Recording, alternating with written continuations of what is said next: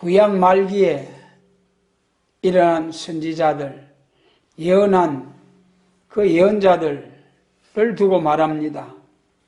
그리고 또 은혜 시대에 와가지고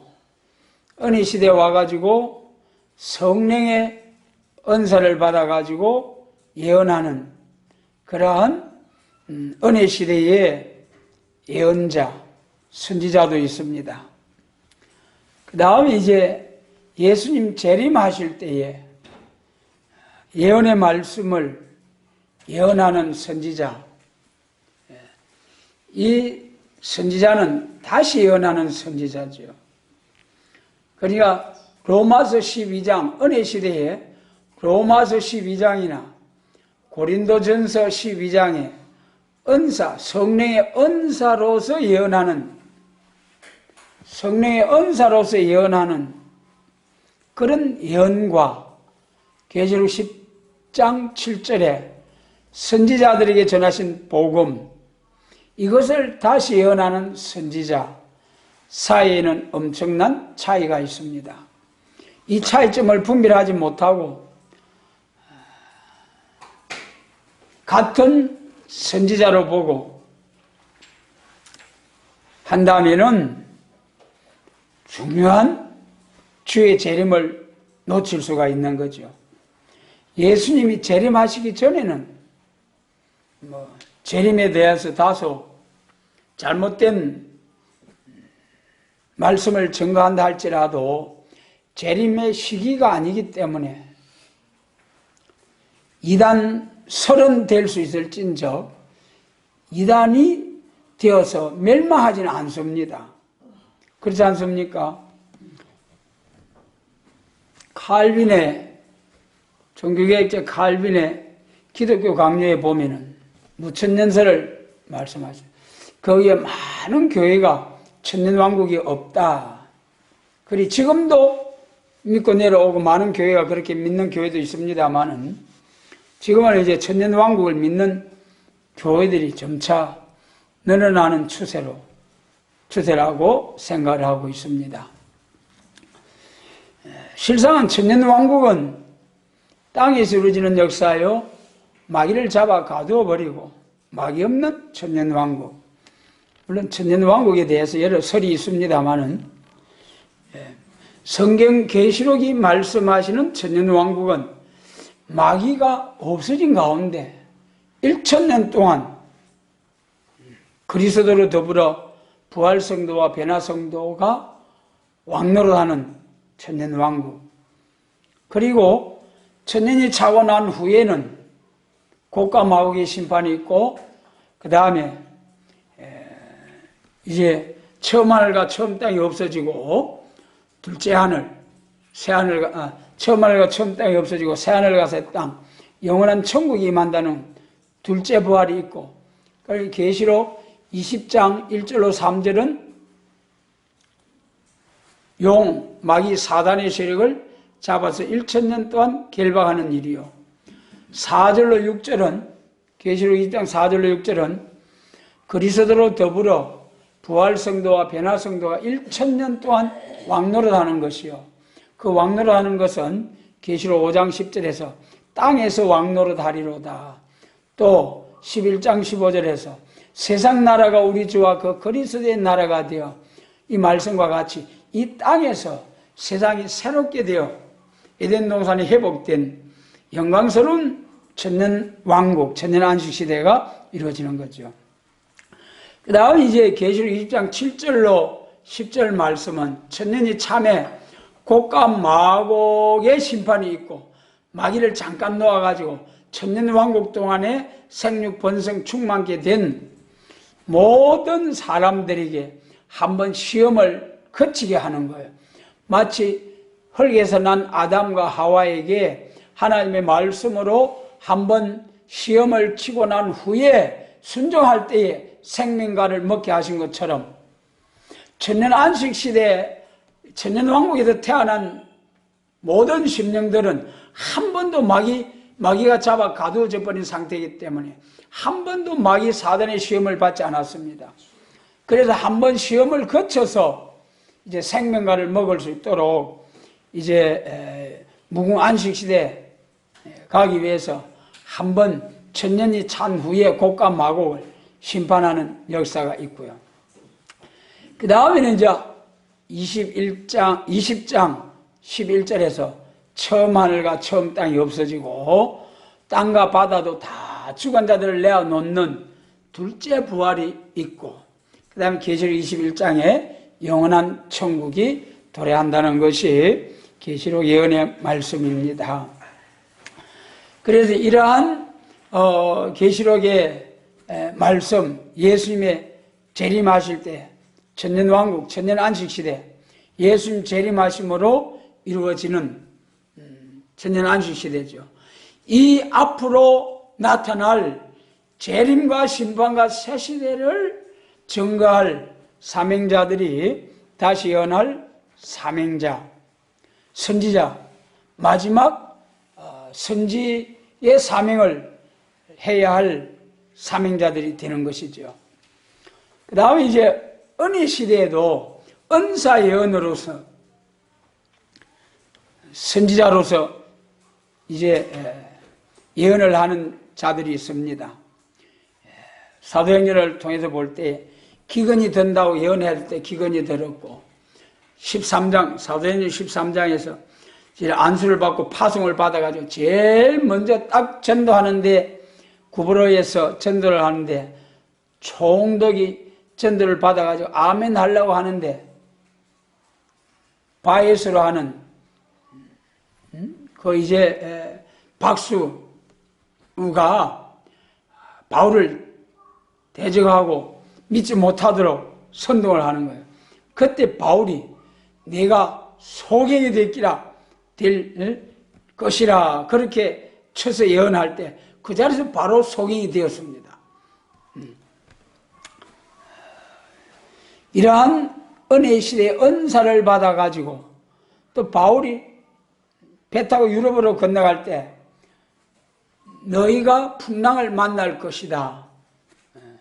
그렇게 예언한 대로 풍랑을 만나가지고 267명입니까? 5명입니까? 그 많은 사람들이 배와 그 가진 모든 것을 다 바다에 썰어버리고 몸만 나와가지고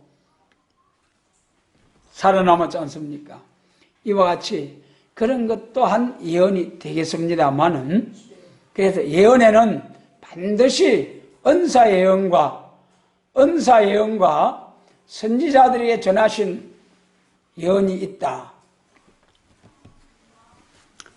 그래서 구분을 해야 되고, 지금은 예수님 재림의 시기에 계시록 10장에 기록된 하나님의 비밀이 그중 선지자들에게 전하신 예언의 말씀을 다시 예언하는 선지자가 나와야 한다. 그것을 말씀드리고 싶습니다. 그 다음에 이제 그러면 구약시대 종말에 육적 이스라엘 종말에 북쪽 이스라엘과 남유다의 종말에 마지막 때에 선지자들이 나타나서 예언한 것이 이사야서로부터 말라기까지 쭉 예언의 말씀이죠. 그럼 그것이 오늘날 인간 종말에 예수님 재림하실 때 기독교 종말에 될 예언의 말씀이다. 그러니 선지자들에게 전하신 복음, 이 비밀을 바로 알아야 된다. 선지자들에게 전하신 복음을, 이것을 이사야 24장에서는 영원한 복음이라고 말씀하고 있잖아요. 영원한 복음. 그 뜻이 뭐냐 하면은 우리 예수님 이 선지 예언서는 구약시대 된 일을 들어서 앞으로 될 일을 예언한 것이 이사야로부터 말라기까지입니다. 그러면은 그 예언서 중에는 그 예언서의 요점을 세 가지로 말씀드릴 수가 있죠. 메시아가 와서 세계적인 복음운동이 있을 것과, 교회가 부패할 때 동방에서부터 종과 백성들이 나와서 세계적으로 다시 예언할 것과, 그 다음에 새시대가 온다. 천년 안식 왕국이 온다. 이것이 선지 예언서의 핵심 요점입니다. 그런데 오늘날 많은 교회는 이 선지서에 대해서 과거 육적 이스라엘의 역사에 불과하다, 또는 구약 이스라엘 때의 바벨론 포로에서 해방받고 돌아와서 예루살렘을 회복하는 과정의 역사로서 다 성취된 예언, 선지 예언의 말씀이다. 이렇게 하면서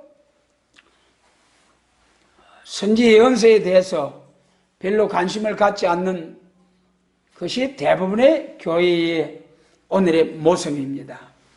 그러나 분명히 예수님 재림하실 때에 계시록 1장 4절에서 이후에 마땅히 될 일을 내게 보이리라 하신 바와 같이 마땅히 될 재림과 심판과 새 시대를 위한 이 계시록의 말씀에서 선지자들에게 전하신 복음과 같이 이룬다고 하셨어요. 그렇기 때문에 예수님의 재림은 계시록과 선지서를 짝을 맞추어서 다시 예언해야 할 선지의 사명입니다. 재림에 관해서. 초림주에 대해서는 여러분, 초림주 복음서 제일 첫 번째가 마태복음이잖아요. 마태복음 1장에서 이사야의 예언한 그 말씀대로 처녀가 잉태의 아들을 낳으리라. 이사야의 말씀을 인용해서 이렇게 이루어졌다. 또 누가복음 1장에서도 처녀 마리아에게 천사가 나타나서 내가 잉태의 아들을 낳을 것이다. 이사야 7장 14절 이사야 선지자로 통하여 예언한 말씀이 너를 통하여 이루어질 것이다. 그러게 초림주로 오신 예수님, 재림주로 오실 예수님 전부 다가 선지서 속에 예언되어 있다. 그런데 그 중에 초림주로 오셔서 될 일은 다 된 일이고, 또 그건 선지서 중에 약간 분량에 불과하다. 왜 그러느냐? 천국 복음에 대해서는 예수님이 오셔서 직접 전하실 복음이기 때문에 예수님이 아기 예수로 오셔서 이사야 53장과 같이 십자가에 죽으시고 부활 성천하셔서 성령을 부어주실 것, 여기까지 이렇게 이방의 빛이 되는 세계적인 복음운동이 일어날 것, 여기까지가 초림주에 대한 예언의 말씀이고요. 그 나머지는 전부 선지자 전체가 예수님의 재림에 관한 말씀. 그 말씀대로 계시록 10장에서 선지자들에게 전하신 복음과 같이 이루리라. 또한 다시 예언하여 하리라. 그렇기 때문에 반드시 예수님 재림하실 때는 선지서를 들고 다시 예언하는 사명자들이 나온다는 것이 계시록의 말씀입니다. 그러면은 계시록에서 이제 선지자들에게 전하신 복음과 같이 이룬다 하셨잖아요. 그럼 우리 계시록 2장, 7장을 한번 보세요. 7장이 이제 구원의 획득이죠. 구원의 획득, 구원의 목록을 보여준 거예요.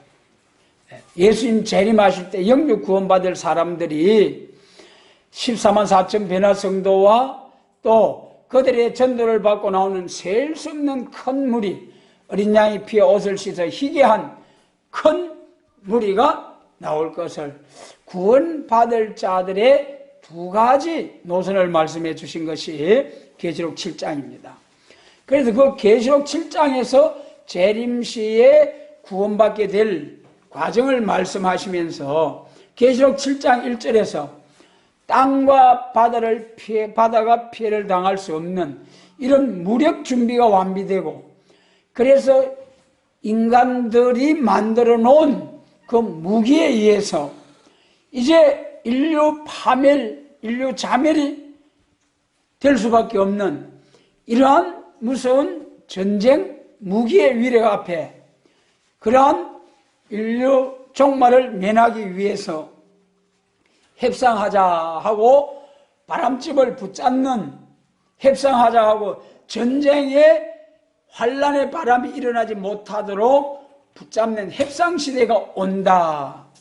그것이 계시록 7장 1절이죠.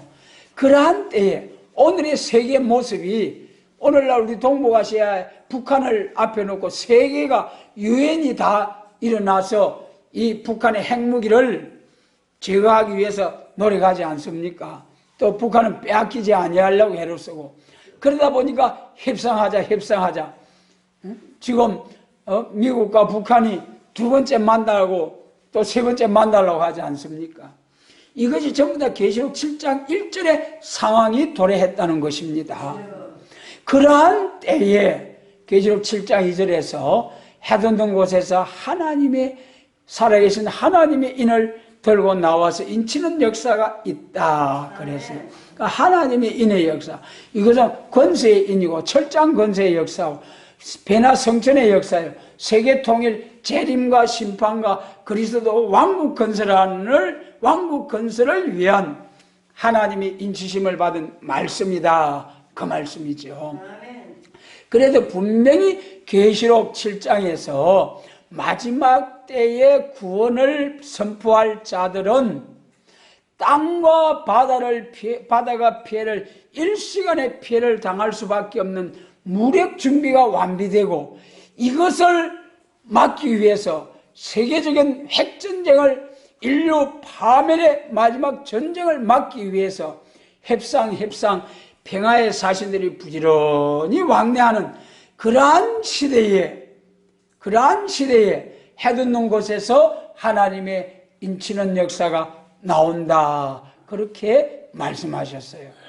그러니까 이 계시록에서 그렇게 예언됐는데 10장 7절에서 선지자들에게 전하신 보험과 같이 이루리라 그랬으니까 계시록 7장 2절에서 해돋는 편이라고 한 이 말씀을 선지서를 그슬로 올라가서 선지서에서 해돋는 동방 땅끝이라는 말씀을 통해서 우리가 더욱 시대를 분별하고 더 세밀하게 이제는 해돋는 곳이라는 이 말씀에 대해서 바로 성경과 짝을 맞추어서 증거할 수 있는 그러한 선지자, 그러한 다시 예언하는 예언자가 나와야 된다는 거죠.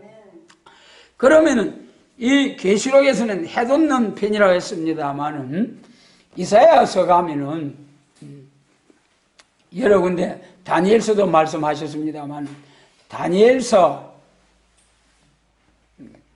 다니엘서도 보면 종말의 계시록이라고 할 수 있죠.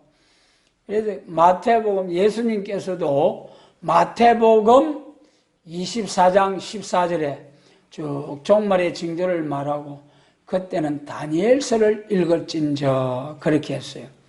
선지서를 말씀하셨어요. 그래서 이와 같이 계시록과 마태복음의 예수님의 말씀을 이제 통해서 예수님 재림하실 때는 선지서를 봐야 한다. 그 말씀대로 계시록 7장 2절과 선지서와 짝을 맞춰서 우리가 돌아볼 것 같으면은 다니엘서 12장에 11장과 12장에서 동북의 소문이 나타날 것을 동북이라고 말씀하셨고 이사야서에는 이제 41장에서 동방을 말씀하시고 또 이제 24장에서 24장이죠. 24장 14절 이하에서 동방 땅끝 바다에서부터 여호와의 위엄을 인하여 크게 외치고 여호와 하나님께 영광을 돌리세 하는 역사가 나타난다는 것이 이사야 24장이죠.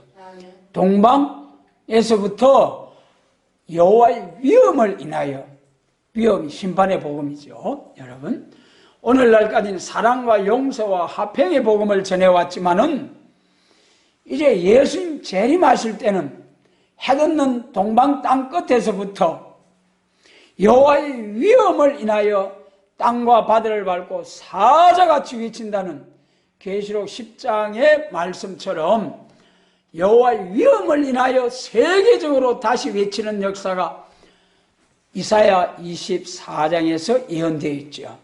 그 말씀대로 동방에서 나타난다. 그럼 기독교 종말에 동방에 해돋는 곳이 어디냐? 각 나라마다 동쪽이 있고 대륙마다 동쪽이 있겠습니다만은 정말로 하나님이 예언하신 말씀대로 기독교 종말의 복된 사명을 위하여 이 마지막 때에 기독교 부흥운동이 일어나는 나라가 동방 땅끝의 나라가 어딘가? 여러분, 요한 계시록을 받은 곳이 반모섬이죠. 반모섬에서 쭉 동쪽으로 나오면은 여러분, 우리 대한민국 쭉 나와서 동방 땅끝, 예, 여러분, 해돋는 동방 땅끝에 이르게 되죠. 여러분, 아무리 봐도 반모섬에서 이스라엘에서 동쪽으로 쭉 나와가지고 지금 나오다 보면은 땅끝, 동북아시아, 여러분, 동북아시아에서 지금 다 돌아봐도 기독교 복음운동이 일어나고 있는 곳이 아무리 봐도 대한민국이라고 밖에 할 수가 없습니다. 러시아, 북쪽의 러시아 공산나, 중국 공산나, 북한 공산나, 대만, 뭐, 기독교 미미하고, 일본은 1%도 안 되고, 여러분, 우리나라 4분의 1 정도 가까이가 믿는 이러한 엄청난 참 선교사는 세계에서 인구 비례로 하면 최고로, 또 전체를 말하면 미국 다음으로 두 번째로 세계 선교를 위해서 선교사를 파송하는 축복받은 이 나라. 그런데 지금 또 어떻습니까? 한기총 정강훈 목사님을 통해서 한국의 교회를 깨우는 역사가 엄청나게 일어나고 있지 않습니까? 한국 교회만 깨우는 것이 아니라 이방인들까지도 그 와가지고 아멘 할렐루야로 하답하고 영광을 돌리는, 나라를 바로 세우는 이 복된 사명을 위하여 모두 교회를 깨우고 이 백성을 깨우는 역사를 지금 하나님께서 진행하고 계십니다. 얼마나 영광스러운 일인지요. 참으로 여러분. 그래서 참 사회주의 공산화되어 가고 있는 이 나라를 지키기 위해서 박근혜 대통령 탄핵 이후에 오늘날까지 수년 동안에 태극기와 성조기를 들고 이 나라를 위해서, 여러분, 아직까지는 모두 이 안보 문제에 있어서 동맹을 통해서 공산당을 막는 거예요.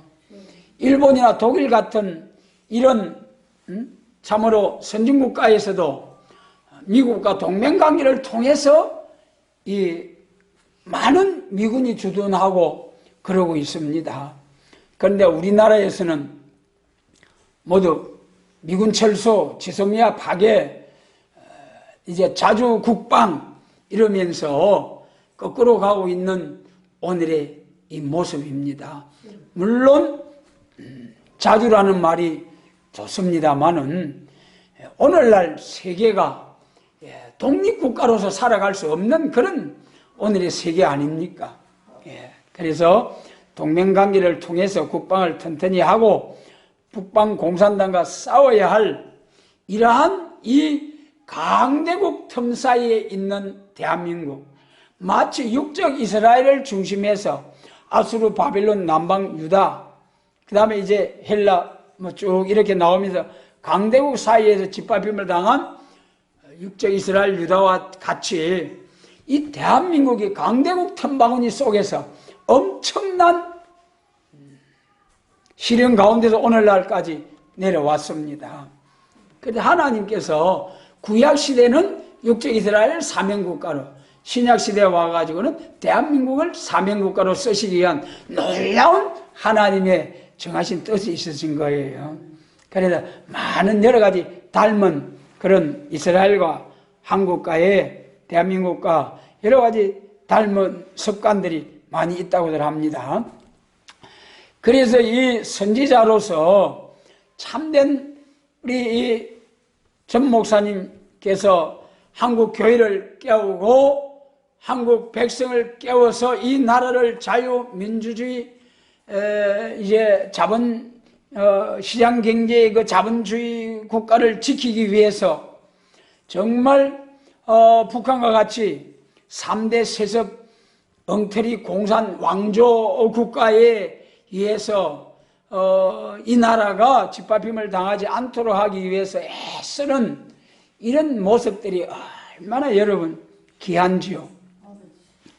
그래서 우리는 참으로 방공사단을 가지고 철저히 싸우고 있는 이 사람들을 위해서 기도해야 할 것입니다. 또 우리 전 목사님 이렇게 한국 교회를 깨우고 이 백성들을 깨우는 이 일에 박수를 보내야 할 것입니다. 그러나 우리가 정말 기도하고 정말 하나님 앞에 참으로 사랑에 불타는 심령으로 기도해야 할 것은 참된 선지자가 누구냐?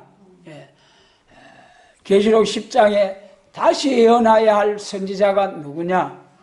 우리 전 목사님께서 하시는 일이 그 계시록 10장에 다시 예언하는 선지자로 연결될 것이냐?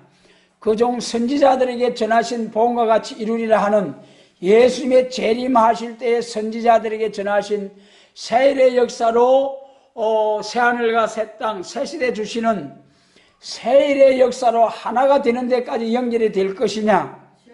아니면은 대적이 될 것이냐? 참으로 우리가 기도해야 할 문제입니다.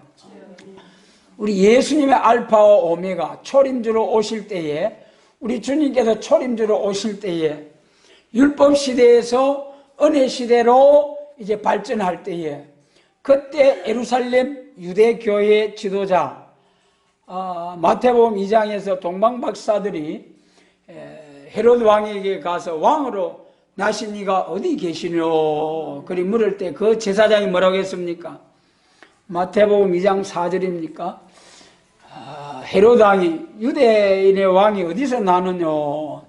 유대 땅 베들레헴입니다. 여러분 기다리고 사모하는 이스라엘의 왕 메시아 그리스도가 왕이 나셨다 하면은 제일 먼저 환영하고 영접해야 될 자들이 누굽니까? 예루살렘 교회 당국자, 제사장 이런 사람들 아닙니까? 그런데 관심 없이 그냥 베들레헴이 난다고 했습니다. 끝. 그 다음에 이제 또 넘어가서 보면은 예수님이 사역을 다 마치고 십자가를 지실 때에 그때 만찬을 마치고 가롯 유다에 의해서 은30에 팔려 잡혀 가실 때에 제일 먼저 안나사라는 대제사장한테 가서 신문을 받고 그 다음에 가야바의 제사장에게 신문을 받고 가야바가 마태복음 26장에서 예수님을 신문할 때 내가 하나님의 아들이냐? 전능자의 아들이냐? 이렇게 많은 사람들이 너에 대해서 고소를 하지 않느냐? 네가 좀 변명을 해봐라 하나님의 아들이라고. 그때 예수님이 뭐라고 했습니까? 내가 말하였느니라 인자가 권능자의 우편에 앉을 것과 구름 타고 올 것을 너희가 보리라 그랬어요.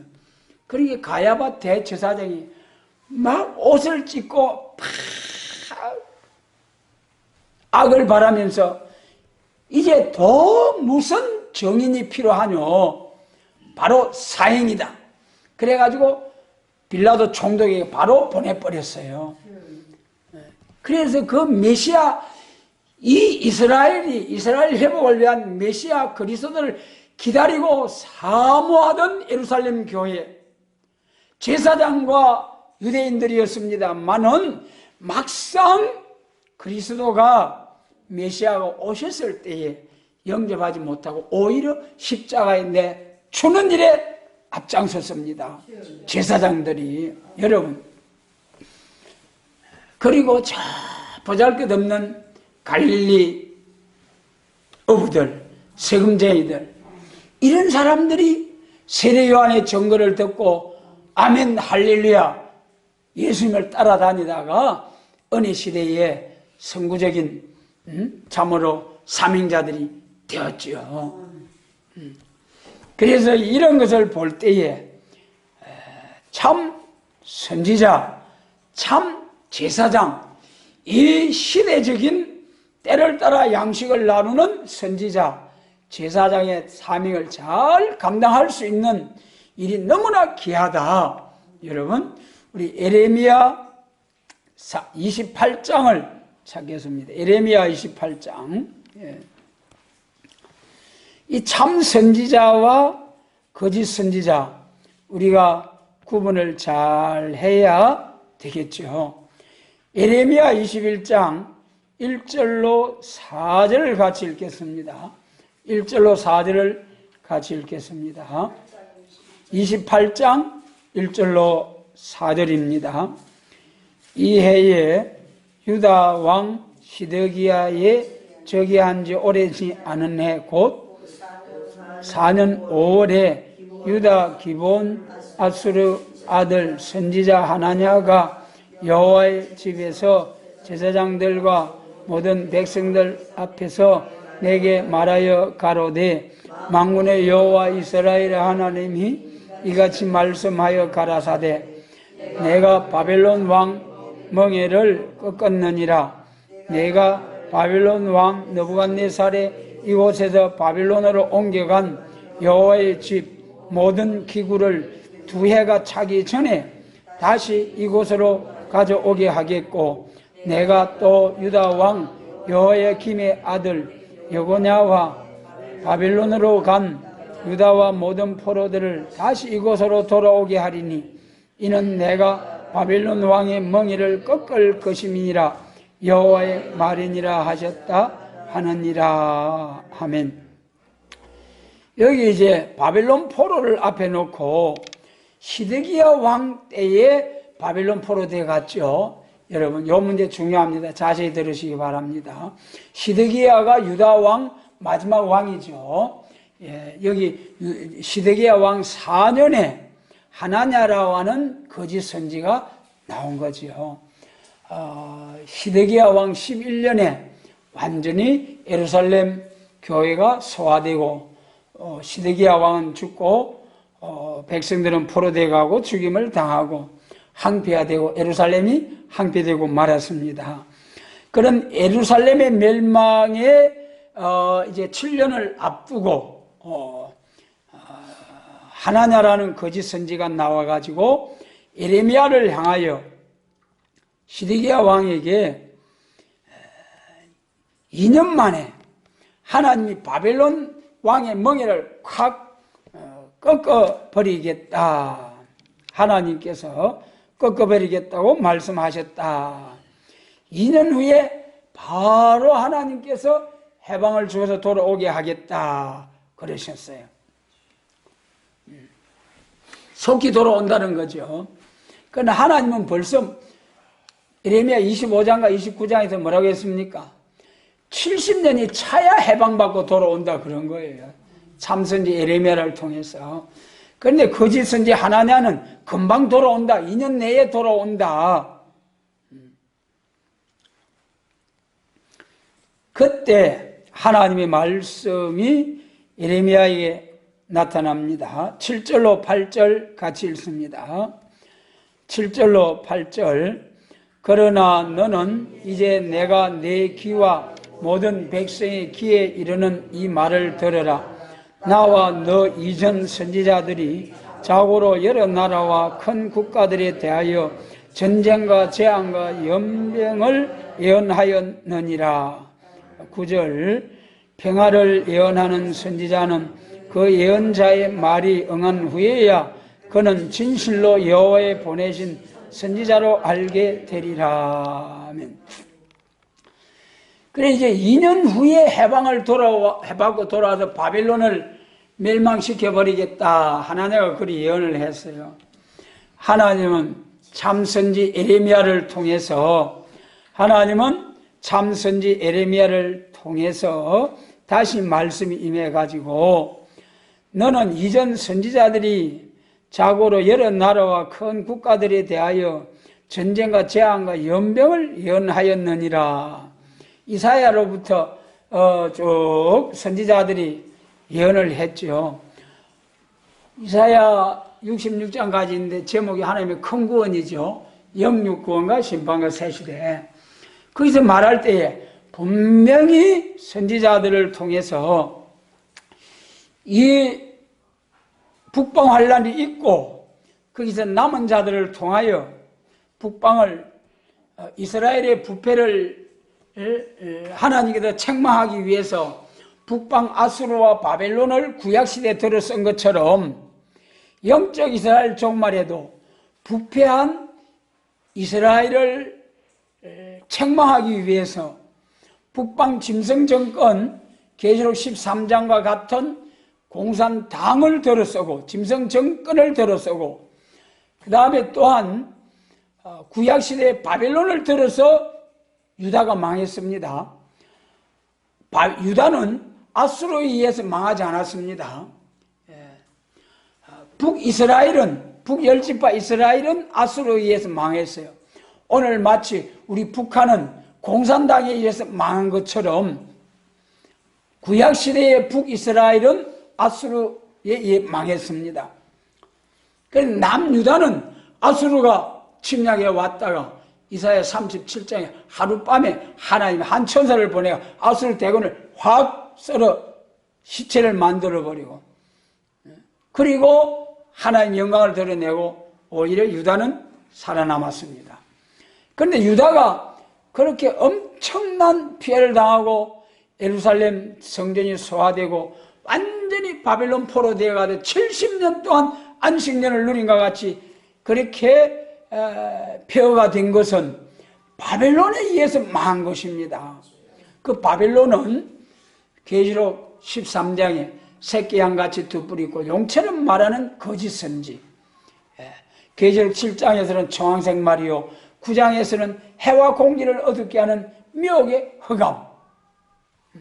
이 바벨론에 의해서 남유다와 같은 참된 교회가 완전히 망하게 된 것입니다. 그래서 여기 8절에서 에레미야 28장 8절에서 전쟁과 재앙과 연병을 예언하였느니라. 부패한 이스라엘에게는 전쟁과 재앙과 연병을 통해서 하나님이 자기 백성을 치시겠다는 거예요. 여러분, 앞으로도 예수님의 재림을 앞두고 부패한 이스라엘에게 구약 종말에와 같이 하나님이 자기 백성들을 이사야 13장과 같이 검열할 것이요 또 정금과 같이 연단을 할 것이요 까불어 볼 것이요 여러분 철저히 검열을 해서 새 시대에 돌려보내겠다는 것입니다. 그렇기 때문에 반드시 기독교 종말에 교회가 성결해져야 되는 거예요. 초림주로 오신 예수님은 죄인을 불러서 용서, 사랑과 용서, 화평의 복음을 전하게 하셨지만은 재림하시는 주님은 죄와 상관없이 자기를 바라는 자들에게 두 번째로 오시리라. 히브리서 9장입니다. 죄와 상관없이 자기를 기다리는 자들에게 두 번째로 임하시리라. 이사야 59장 20절에도 죄가를 떠난 자에게 구속주가 임하며 신과 말씀이 임한다. 그 구속주는 재림이죠. 반드시 재림은 죄와 상관이 없는 자들에게, 여러분 여기서 죄라는 것은 오늘날까지는 영혼의 죄 문제를 해결받고 영혼구원 받았습니다. 몸은 다 창세기 3장 19절에 선악과 먹은 죄값으로 너는 흙이니 흙으로 돌아갈 것이니라.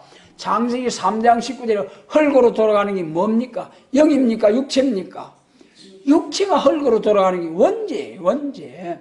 오늘날까지 영혼 구원의 역사가 2000년 전부터 있어 왔습니다만은 영육 구원, 육체 구원 받은 사람 한 사람 없는 거예요.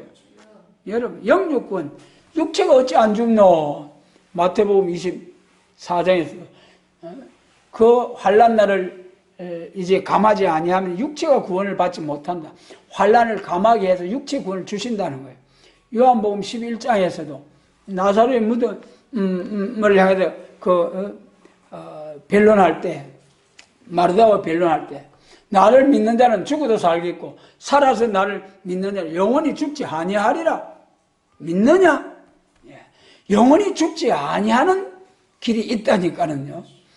영원히 몸이, 영육 구원의 몸이 죽지 아니하는 그러한 종말에 하나님의 강권 역사가 임해야 된다는 거예요. 그래서 이사야 4장 4절에서는 심판의 영과 소멸의 영으로 피까지 청결케 해서 죽음의 질, 선악과의 질, 죽음의 질을 싹 제하심으로 몸에까지 성결해지는 하나님의 강권 역사가 선지 예언의 말씀대로 임함으로 영육 구원을 받을 수 있는, 육체 구원을 받을 수 있는 죄 문제가 해결되는 것이죠.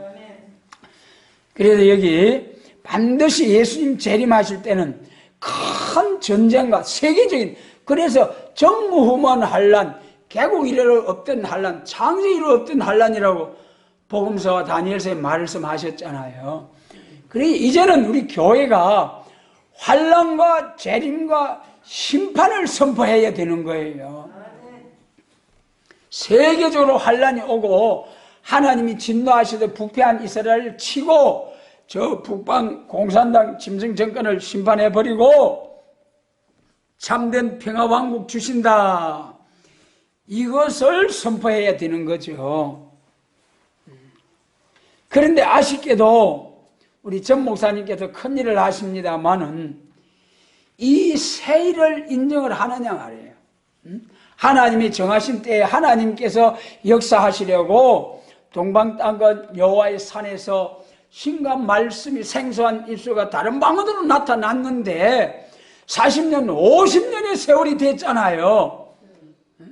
정말 하나님의 이 종말의 영육 구원의 큰 마지막 오메가의 역사를 위해서 쓰시기를 위한 하나님의 사명이 있다면은 계시록 10장 7절에 선지자들에게 전하신 복음과 같이 이룬다고 하셨고 이사야 40장 8절에 세일을 고하노라 42장 8절에 43장 19절에 세일을 행하리니 48장 6절에 엄비한 세일 이 세일을 고하고 행하시겠다는 마지막 때에 때를 따라 양식을 나누는 이러한 복음으로 이러한 교회로 발전을 해야 되는데 그러지 못한 가운데서 계시록의 말씀대로 말세의 징조가 3분의 1이 공산화되고 WCC를 통해서 세계적인 개울자들이 나와서 미혹을 하고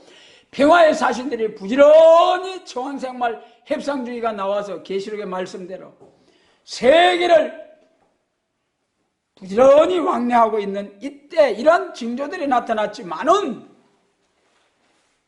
또한 동방땅끝 여호와의 산에서 이사야 59장 19절 야에서 말씀부터 하나님의 말씀의 빛의 역사가 나타나신 지가 50년의 세월이 지났습니다마는 이 세일의 말씀에 의한 멸공진리, 북진통일 여러분 이것은 한마디도 야곱에게 새 힘을 주신다는 이러한 선지자들에게 전하신 예언의 말씀을 다시 예언할 이 한국교회가 여러분 이에 대해 침묵하고 있고 대적하고 있고 이것이 오늘 현실입니다. 그래서 참으로 이 하나냐 선지자와 에레미야 선지자 하나냐는 두 해 후에 바빌론 멍에가 꺾어지고 해방받고 돌아온다. 에레미야는 70년 후에 돌아온다. 바빌론으로 가시오. 시드기야 왕이여 바빌론으로 가시오. 그런데 끝까지 그걸 반대하던 하나냐는 어떻게 되느냐. 15절 15절로 17절, 예레미야 28장 15절로 17절 같이 읽습니다. 선지자 예레미야가 선지자 하나에게 이르되 하나냐여 들으라. 여호와께서 너를 보내지 아니하셨거늘 내가 이 백성으로 거짓을 믿게 하는도다. 그러므로 여호와께서 말씀하시되 내가 너를 지면에서 제하리니 내가 여호와께 배역한 말을 하였음이라. 금년에 죽으리라 하셨느니라 하더니 선지자 하나니가 그 해의 7월에 죽었더라. 여러분, 참 선지 예레미야는 바벨론 포로 되어갈 때에 살아남아 바벨론 왕이 네가 살고 싶은 데로 가 살아라. 나하고 같이 가면 나하고 같이 가게 할 것이고 네가 여기 살려고 하면 여기 살게 해주겠다. 그래 이제 예루살렘에 남아 있다가 결국 죽임을 당합니다마는 아니 예루살렘에 남아 있었습니다마는 하나냐는 예레미야 예언대로 죽었습니다.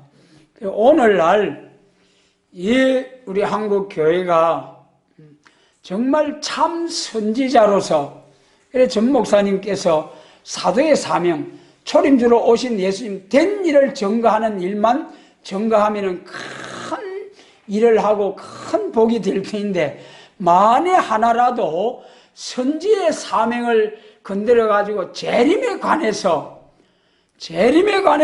확정을 가지고 이 선지서와 계시록을 증거하는 세일의 역사를 이제 고하고 행하는 세일을 고하는 교회에 대해서 이 심판의 다림줄에 대해서 문제를 삼는다면은 참으로 그 영광스러운 복된 수고가 헛수고가 될 수 있다. 그것이 참으로 안타까운 말씀이죠. 중요한 말씀입니다. 그래서 여러분 그 전 목사님의 살아온 그 간증을 들을 때에 참으로 하나님이 기뻐하실 모습으로 살아오신 거예요. 얼마나 고생하고 일도 많이 하시고 그런 목사님들이 복을 받아야 하지 않겠습니까? 그러나 이 선지서에 대해서 함부로 예언하고 선지자의 말을 들어야 돼. 선지자의 말을 들어야 돼. 거기서 언사 예언의 선지자들에게 전하신 복음을 다시 예언하는 선지자, 이것이 구분이 안 되고 세례 요한처럼 그는 흥하여야 하겠고 나는 쇠하여야 하리란 이런 사명의 한계를 구분하지 못한다면 오히려 화가 될 수도 있다. 화가 될 수도 있다. 여기 하나냐처럼 우리 전 목사님은 바로 자기가 본 환상대로 세계가 다 깜깜해 해가 있고 중국이 짐승이고 북한이 맹꽁이 같은 짐승이 돼가지고 그리고 북한 김정은이가 짐승이 돼가지고 우왕 하니까 남한에 있는 지새끼 같은 짐승들이 깨갱깨갱 하면서 하더라는 그런 환상을 보고 이제는 우리 남한에서만 빛이 있어가 세계를 밝히더라 하는 그런 환상을 보시고 그것에 확신을 가지고 이제 북진해서 세계적인 복음을 전하는 우리나라가 될 것이다. 그것까지는 참 잘 보셨는데 물론 사도들도 우리 베드로 사도께서도 얼마나 재림을 이야기하셨습니까? 바울 사도께서 얼마나 재림을 속히 오리라 하시면서 기다리고 사모했습니다. 그러나 그때하고 지금은 다르죠. 바울 사도께서 베드로 사도께서 재림에 관한 복음을 전하고 그때 속히 온다고 했지만은 오지 않는 것은 성령 충만 받은 사람은 항상 재림을 기다리면서 자기를 신부단장하는 그런 믿음 생활하게 하기 위해서 속히 오리라 깨어있으라 하셨습니다만은 진짜 재림하실 때 되어서 재림에 관한 진리가 잘못되면은 이거는 환란에 빠지게 된다. 그래서 여러분 반드시 7년 환란 중에서 1260일 예언 그 중에 마지막 때 5개월 환란 때에 비로소 우리 전 목사님이 말씀 환상을 본 대로 쫙 우리나라에서 복음의 빛이 북방으로 확 나가게 되고, 남방 애굽에는 언제 됩니까? 1660일 시작하게 될 때, 전3년 시작할 때, 그때 우리 남방 애굽에 자유민주주의 국가들이 싹 전하게 되고, 5개월 환란 때 북방으로 확 나가게 되고, 이런 구체적인 예언의 말씀이 기록되어 있는데, 이것을 무시하고 지금 바로 우리 전 목사님이 받은 한상대로 우리나라가 바로 역사 받아가지고 자기들 하는 그 역사로 바로 북진의 남북 복음 통일되어서 역사한다, 이렇게 믿고 나가고 전가하면은 이거는 헛수고 헛방이 될 수가 있다는 거예요. 반드시 7명의 완전 역사를 받아가지고, 신의 역사를 받아가지고 정인의 건세로 1260일 예언하면서 북방으로 나가는, 다시 예언하면서 선지자들에게 전하신 복음을 다시 예언하면서 북방으로 나가는 역사다. 그래서 우리 전 목사님께서 참 큰일 하시고 지금도 큰일 하고 계시는데, 잘못되지 않도록, 우리 한국교회를 잘못 인도하지 않으시도록 우리가 참으로 사랑에 불타는 심정으로 기도를 많이 해야 할 때가 왔습니다. 그리고 우리 한국교회를 깨우는 역사, 귀한 일입니다. 그러나 우리는 스가랴 4장과 같이 깨워서 우리 한국교회가 순금등대와 두 감람나무 종의 역사를 볼 수 있는 이런 비전을 제시하면서 깨우는 교회가 되어야 복받는 교회가 된다. 그래서 참으로 참 선지자, 거짓 선지자, 이 사명을 잘 분별해서 참 선지자의 길을 갈 수 있도록 인도해 주시고, 우리 한국 교회들이 다 참 선지자의 길과 그들의 인도를 따라갈 수 있는 세일의 역사로 새 시대 갈 수 있는 이러한 한국 교회와 세계 교회가 될 수 있도록 축복해 주시기를 원합니다.